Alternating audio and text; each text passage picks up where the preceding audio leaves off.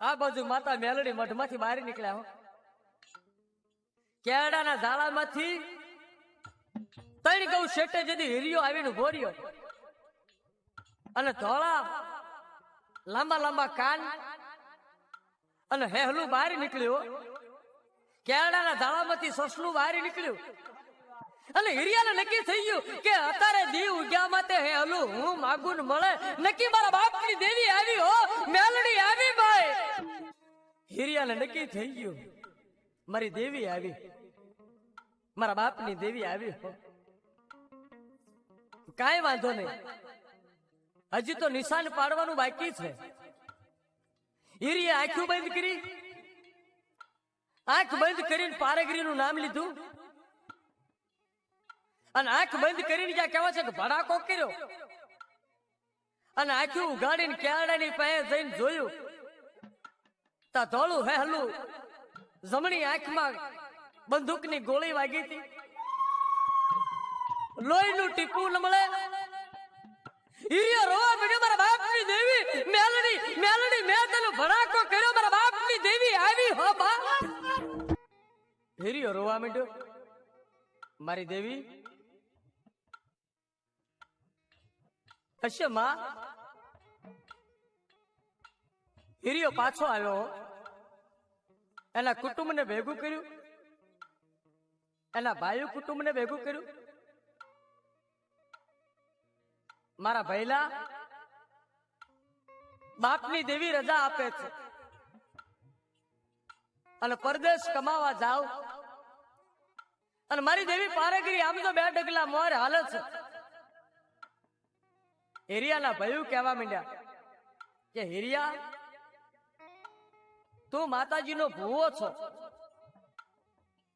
તારે નથી આવવું, અમે તને રળીને ખવડાવશું,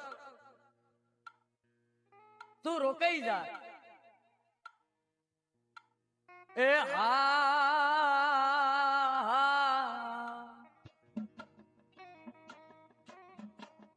સવાર પડ્યું. હિરિયાએ પોતાના કુટુંબને તૈયાર કર્યું. એ વખતે ગાડીઓ નહોતી, દરિયાનો માર્ગ અને પરદેશ પોતાના ભાઈઓને મોકલવા માટે નાવડામાં મૂકવા હિરિયો આવ્યો હો. ભાઈઓ કુટુંબને બથ ભરી ભરી ભરીને હિરિયો રોવે. હિરિયાના ભાઈ નાવડામાં બેહી ગયા. દરિયાની માલપા નાવડામાં બેહી હિરિયાનું કુટુંબ હાલતું થા. દરિયામાં નાવડું બરોબર. હિરિયો દી ઉગ્યાનો દરિયાના કાંઠે જ્યાં સુધી નાવડું દેખાણું હાથ લાંબા કરી કરીને રોતો જાય અને કુટુંબને આવજો આવજો કરતો જાય.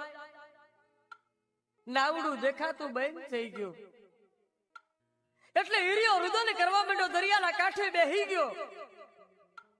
મારી દેવી આજ મને વસ્તીમાંથી નોખો પાડ્યો હો, મારો પારેવાળો માળો વિખી નાખ્યો. મારી દેવી પારેગરી ગોઝારણ બની છે બાપ. હે દેવી મારે નતા મોકલવા, પણ તે મને વેણ વધાવો આપ્યો, તે મને 2.5 કલમ પાકી કરી, મારી તે નિશાન પાડ્યું. એ માડી તું હેહલું બની નો આવી હોત ને તો તારો હિરિયો પરદેશમાં મારા ભાઈઓને મોકલે તો નહીં. મારી દેવી તે નિશાન પાડીને ગોઝારણ બની હો.